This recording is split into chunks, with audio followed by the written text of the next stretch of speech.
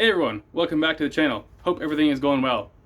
Today's video is going to be part one of a hopefully two-part series of fixing up a Stihl chainsaw that's behind the camera. So without further ado, let's go. Alright guys, so here it is. It's a Stihl MS391, and in today's video what we're going to be doing is we're going to be doing some checkovers of it. We're going to check everything out. We're going to clean it up so that in the next part I can hopefully have the parts. And we're going to replace things like this handle and this little guard back here. So without further ado, let's get on with our inspection and checkovers and cleaning.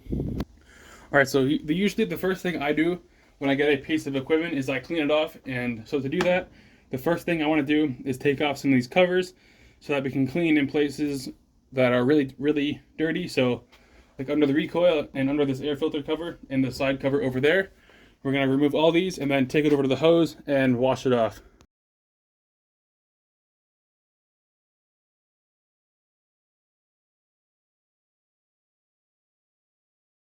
Alrighty, so now that all of our covers are taken off, we're going to go over to the hose and wash this thing off to get all of that dirty sawdust and oil, get that off of there so that we can do an inspection of the saw and check for broken parts or bolts or whatever. So let's go to the hose.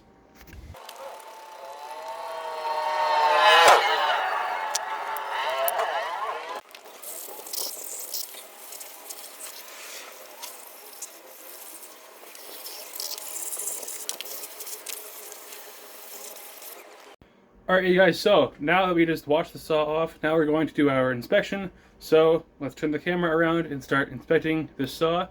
And we're going to inspect things like for broken bolts, we're going to check the spark plug compression, we're going to look at the gas as well and the air filter.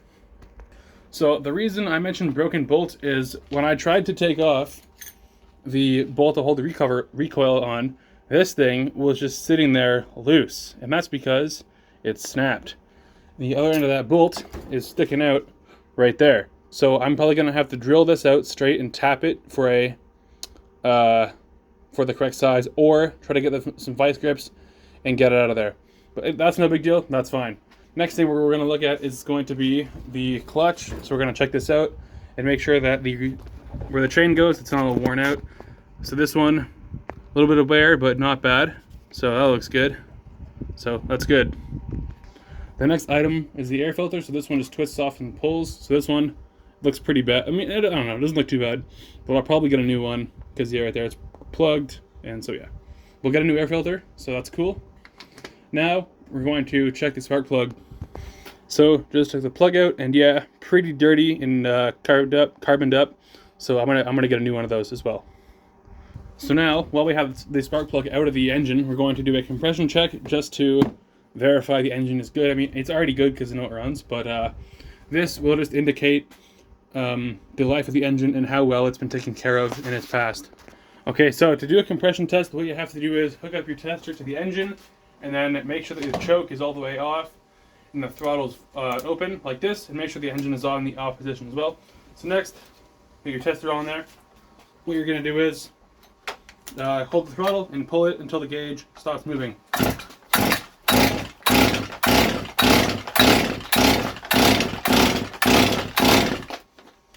There we go. And this shows a measure of 150 psi, which is excellent. That's awesome. So this basically has told us that our engine is in amazing condition. Alrighty, so the last part of our inspection is going to be inspecting the fuel. So let's drain it out into this clear drain pan and see what it looks like. Take that out of there. Just dump her on in.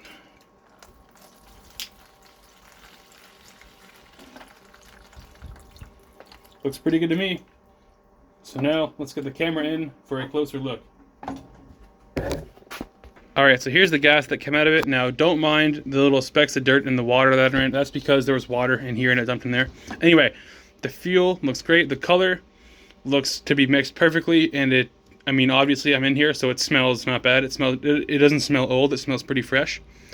That's a great sign. And one more thing I noticed when inspecting the saw is this handle here is snapped, so it's pretty awkward to pull it over. So definitely going to have to get a new one of those for the next part of the video when we're going to be putting all the new parts on and fixing it up. Well guys, I think that's good enough to leave this video off here. So in this video, for a recap, We diagnosed the saw. I know it runs. We cleaned it up, and now we have a better idea of what parts it needs for the next video when we're gonna fix it up. So thank you guys for watching so much. Really appreciate it. Remember to like and subscribe, and have a great weekend.